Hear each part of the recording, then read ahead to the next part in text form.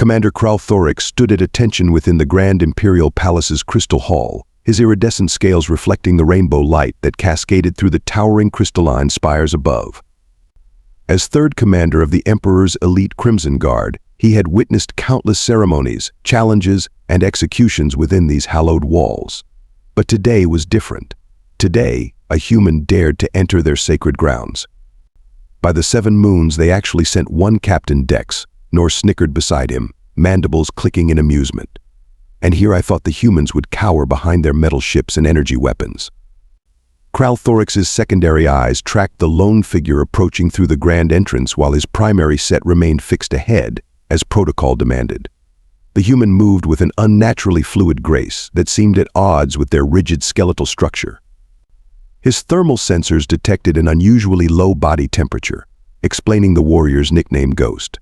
Alexandra Blackwood. That was the name that had spread through the Imperial communications network like a virus. The human stood nearly 2 heads shorter than the shortest of the Crimson Guard, their soft pink flesh exposed and vulnerable. No scales, no natural armor, not even proper claws. Just 5 weak digits on each hand, and a frame that looked like it would snap under the slightest pressure from a proper warrior's grip. "Look at its pathetic excuse for combat gear," Lieutenant Vex Trawl whispered, prompting a wave of suppressed laughter from the assembled guards. The human wore a simple black bodysuit with minimal armor plating, a far cry from the ceremonial battle plate of the Crimson Guard. No energy shields hummed around them, no gravity manipulators distorted the air. Just cloth, composite plates, and what appeared to be primitive projectile weapons strapped to their thighs. The human stopped at the designated position, exactly 20 paces from the Emperor's Sunfire throne. Kral'thorix had to admit, at least they had studied the proper protocols. Ghost's face remained perfectly still, showing none of the fear or awe that most species displayed when first encountering the full might of the Imperial court. "A bug's carcass says it breaks protocol within the first minute," Captain Dex Nor wagered, his voice pitched low enough that only the nearby guards could hear. "2 carcasses say it faints when facing our champion," another guard added. Kral'thorix maintained his silence, but something about the human's stance bothered him. There was a coiled tension in their movements, like a magna spring compressed to its limits. Their eyes, a startling shade of gray that reminded him of storm clouds over the breeding grounds, seemed to take in everything while revealing nothing. The Emperor's herald stepped forward, his crystalline staff striking the polished floor 3 times. The sound reverberated through the hall, silencing all conversation. As the ancient challenge ritual began, Kral'thorix noticed something that sent a shiver down his armored spine. The human's lips had curved upward slightly, in what his cultural training identified as a smile. But this was not the smile of pleasure or amusement that humans typically displayed. This was something else entirely. This was the smile of a predator. The herald's voice echoed through the crystal hall, reciting the formal declarations that had brought them to this moment. Kral'thorix's mind wandered back to the events of the past solar cycle, when the humans first emerged from their insignificant corner of the galaxy to challenge the Empire's expansion. The conflict began, as most did, with a simple misunderstanding.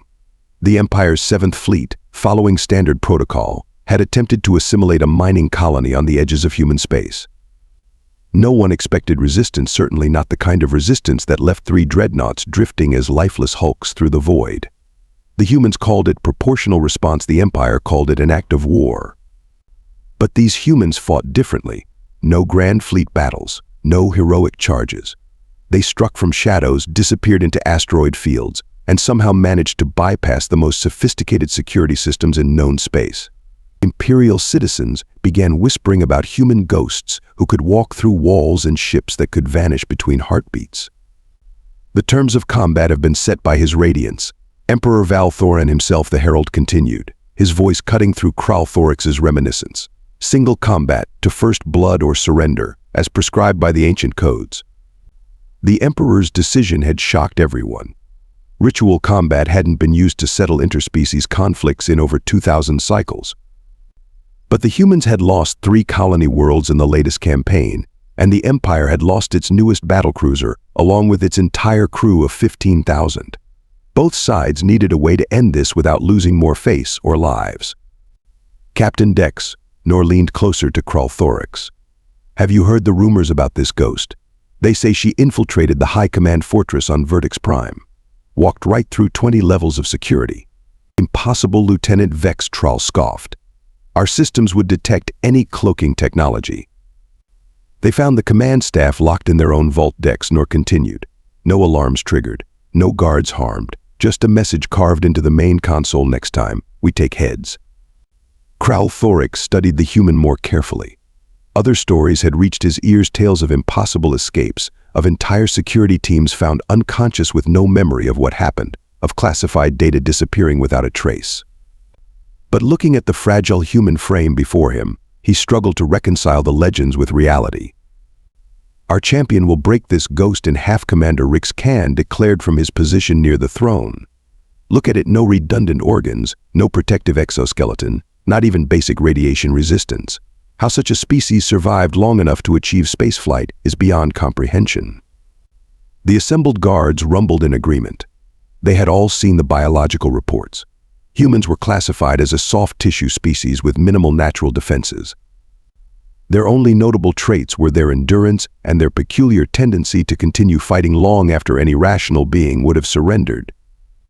"The human champion may now present their ceremonial arms for inspection," the herald announced. Alexandra Ghost Blackwood stepped forward, removing a simple combat knife from her belt. The guards didn't bother to hide their laughter. Even the herald's professional demeanor cracked slightly. But Kral'thorix noticed something that others missed. As the human held out her weapon, her gray eyes weren't focused on the herald or even the Emperor. They were methodically scanning the room's architecture, noting every entrance, exit, and shadow. He had seen that look before, in the eyes of apex predators during his survival training on the death world of Nexus VIII. It was the look of a creature that didn't just think it could win. It was the look of a creature that had already planned out exactly how it would happen. The ancient gongs of Nexus Prime echoed through the crystal hall, their deep resonance setting Kral'thorix's scales vibrating. Ceremonial incense filled the air with sharp, spicy notes as the ritual priests moved in precise patterns around the combat circle, laying down the sacred boundary marks in shimmering powder. Champion Zar'kax emerged from the preparation chamber, his battle plate gleaming with fresh ceremonial oils. 8 feet of pure muscle and advanced cybernetics, he cut an imposing figure even among the Crimson Guard. His recent augmentations, a reward for 70 consecutive ritual combat victories, caught the light like liquid metal. "Tell me, little prey," Zar'kax called out, his translator projecting his voice across the hall. "Do you understand the honor being granted to you? Few species are deemed worthy of dying by my hand in sacred combat." The human continued her methodical weapons check, seemingly deaf to the champion's words. This only served to fuel Zar'kax's notorious temper. "Your silence betrays your fear, soft one. But fear not, I shall make your death quick. Perhaps only 3 or 4 limbs removed before the final strike." A ripple of appreciative laughter moved through the assembled guards. Even the Emperor's mandibles clicked in amusement. But Kral'thorix noticed the human's hands never stopped moving, never fumbled, never showed the slightest tremor that might indicate fear or uncertainty. "The combat circle demands acknowledgement from both warriors," the herald announced, his staff striking the floor for emphasis. Alexandra Ghost Blackwood finally looked up. Her voice, when it came, carried clearly despite its low volume.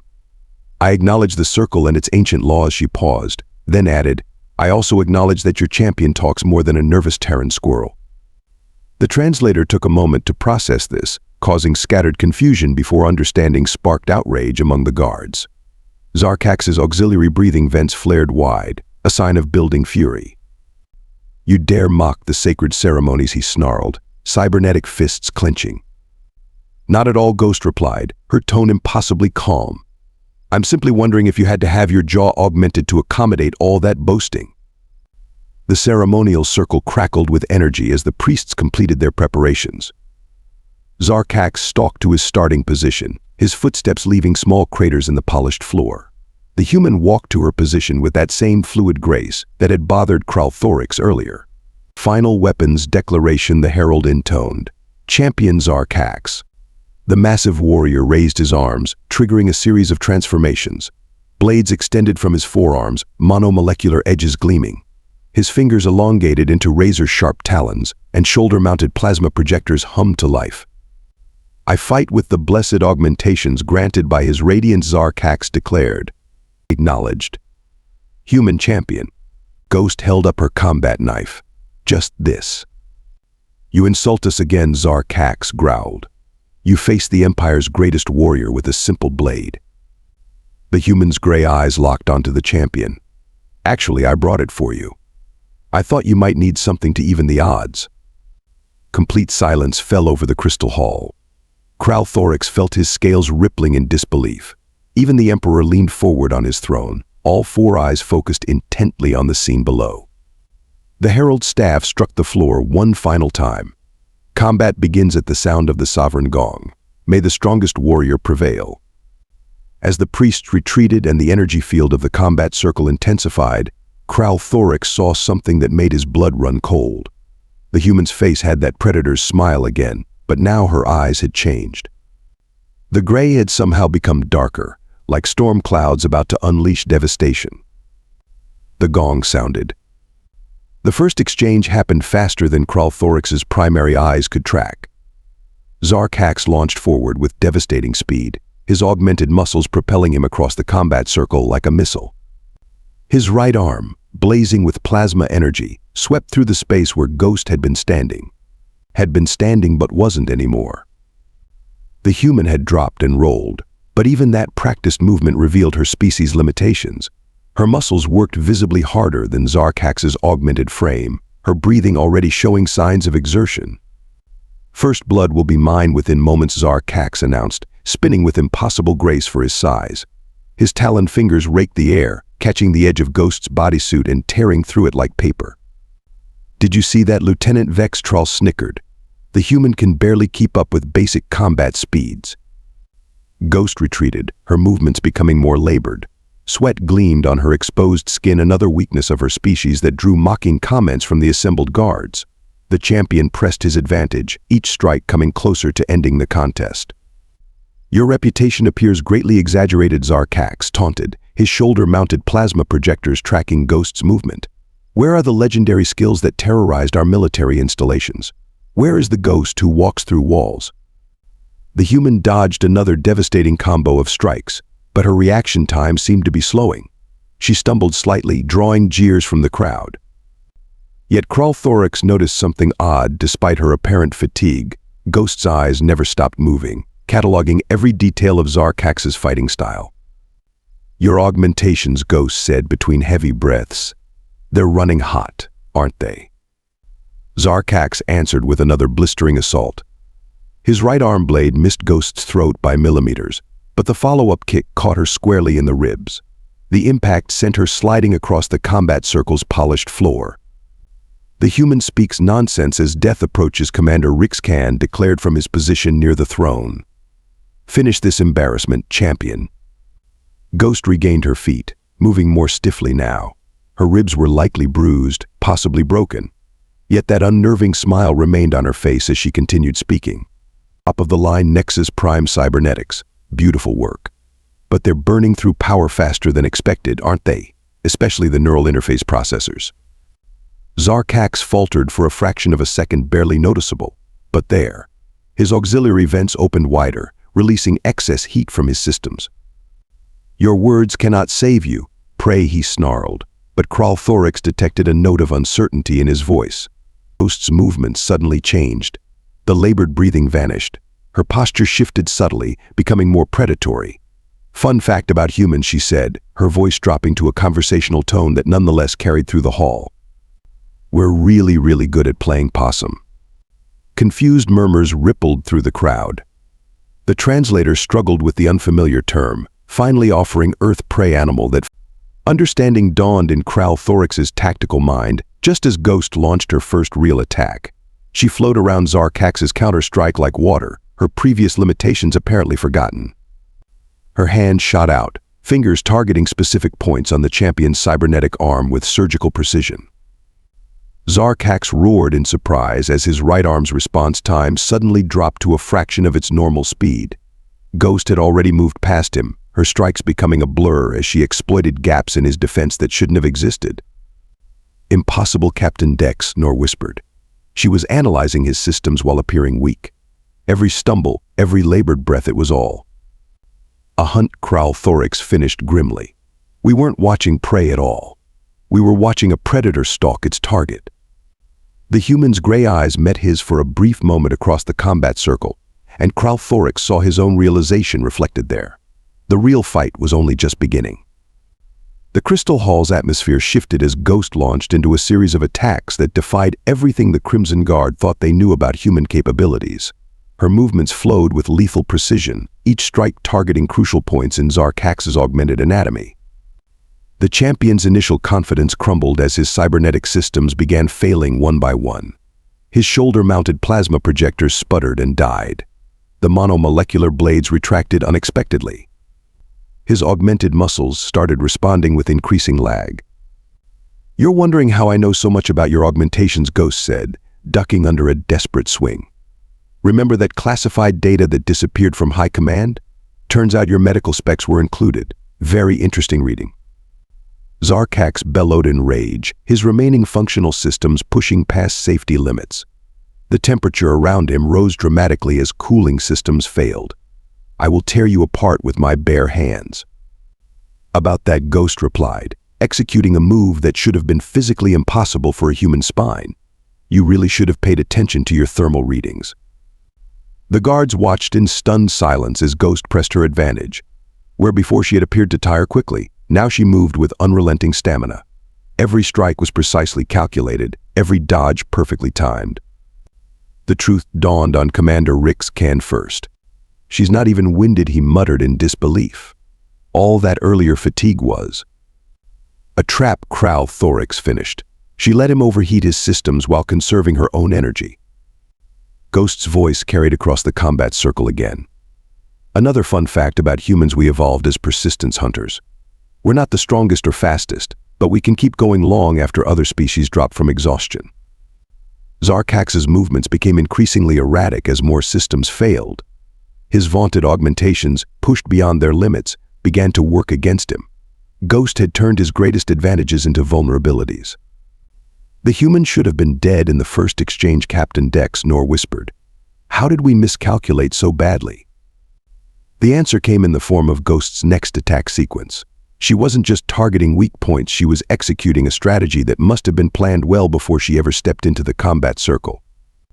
Each failed system created new vulnerabilities. Each vulnerability led to another critical failure.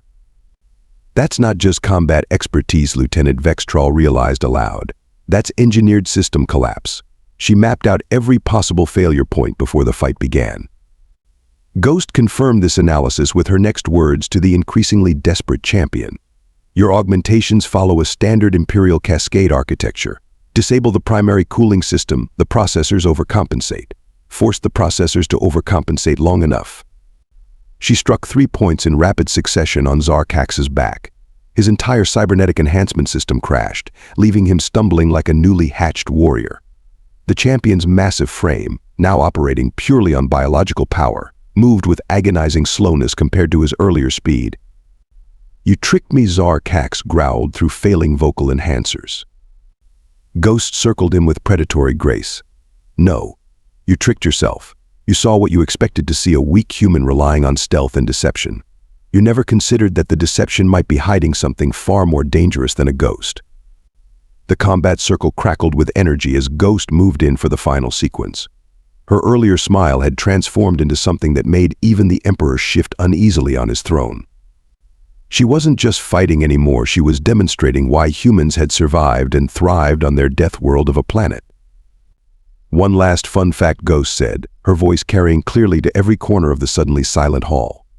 "Humans don't just adapt to overcome our limitations. We turn our limitations into weapons. Allow me to demonstrate."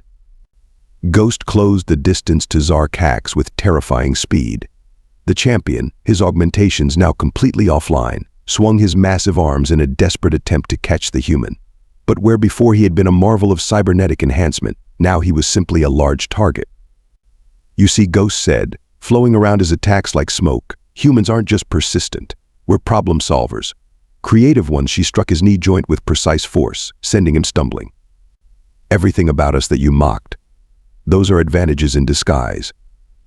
The combat circle's energy field pulsed as Ghost launched into her final attack sequence. Her movements became a blur of controlled violence, each strike building upon the last in a cascade of devastating precision. Our soft skin makes us more sensitive to temperature changes, better at detecting threats a strike to Zar'kax's thermal regulation cluster. Our weak muscles forced us to develop better leverage and technique. A joint lock that no one in the Crystal Hall had ever seen before. Our fragile bones made us cautious, taught us to end fights quickly and decisively. Zar'kax roared and charged, betting everything on his remaining biological strength. Ghost met his charge head on a move so surprising that even Kral'thorix gasped. But instead of being crushed, she used the champion's own momentum against him. Her body turned, hands gripped, and suddenly the mighty warrior was airborne. The impact when he hit the floor shook the entire hall. Before he could recover, Ghost was on him. Her hands moved with surgical precision, striking nerve clusters that the Empire's best warriors had thought impossible for non-augmented beings to target effectively. Zar'kax's mighty limbs locked up, paralyzed by a human's intimate knowledge of xenobiological weak points. The champion of the Crimson Guard, terror of 1,000 ritual combats, lay helpless on the polished floor. Ghost stood over him, still moving with that liquid grace that now seemed far more menacing than curious. She drew her combat knife, the one she had mockingly offered to Zar'kax at the start of the fight. The blade gleamed as she held it to his throat, right against his primary arterial junction. The Crystal Hall held its breath. "Do you yield?" Ghost asked quietly. Zar'kax's eyes, the only part of him still able to move, darted to the Emperor's throne. Pride warred with survival instinct in his gaze. "I yield," he finally growled. Ghost immediately stepped back, sheathing her knife. She turned to face the Emperor and bowed with perfect ceremonial form, as if she hadn't just shattered every preconception the Empire had about human capabilities. Emperor Val Thoran rose from his throne, all four eyes fixed on the human warrior. The silence in the hall was absolute. Then, slowly, deliberately, he began to click his mandibles together in the ancient signal of respect. One by one, the assembled guards joined in, creating a sound like rainfall on crystal. Even Kral'thorix found himself participating, his earlier dismissal of human abilities transformed into something approaching awe. The Emperor's voice, when it came, carried the weight of history. "The combat is concluded. The human victory is acknowledged. Let it be recorded that we greatly underestimated these people, a mistake we shall not make again." In the days following the combat, the Crystal Hall buzzed with a very different kind of energy. Where once there had been mockery of human weakness, now there were hushed discussions of human adaptability. The recording of the fight had been transmitted across the Empire, causing a seismic shift in how their species was perceived. Commander Kral'thorix stood at his usual post, watching as teams of engineers examined the combat circle. They had been trying to understand how Ghost had known exactly where to strike Zar'kax's augmentations.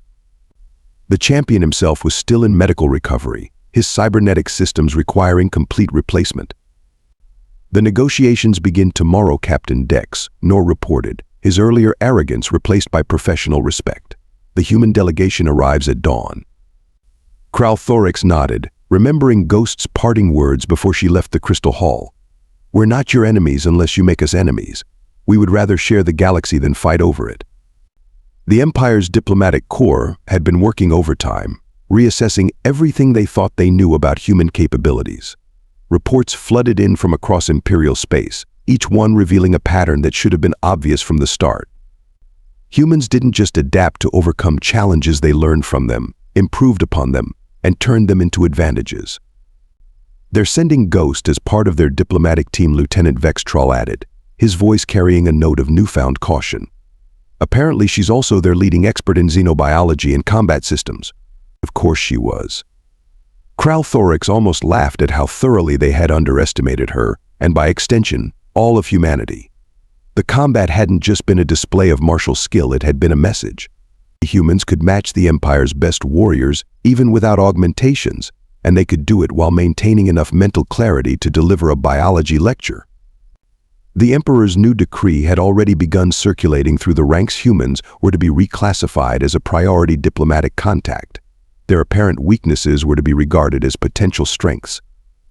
Their technological achievements, particularly in adaptive design and stealth systems, were to be studied with great interest. Perhaps Kral'thorix mused aloud, "This is why humans survived to reach the stars. Not despite their limitations, but because of them. Every weakness forced them to become stronger in other ways."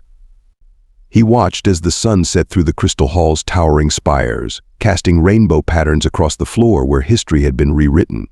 The Empire had learned a valuable lesson: sometimes the most dangerous predator isn't the one with the sharpest claws or the strongest armor.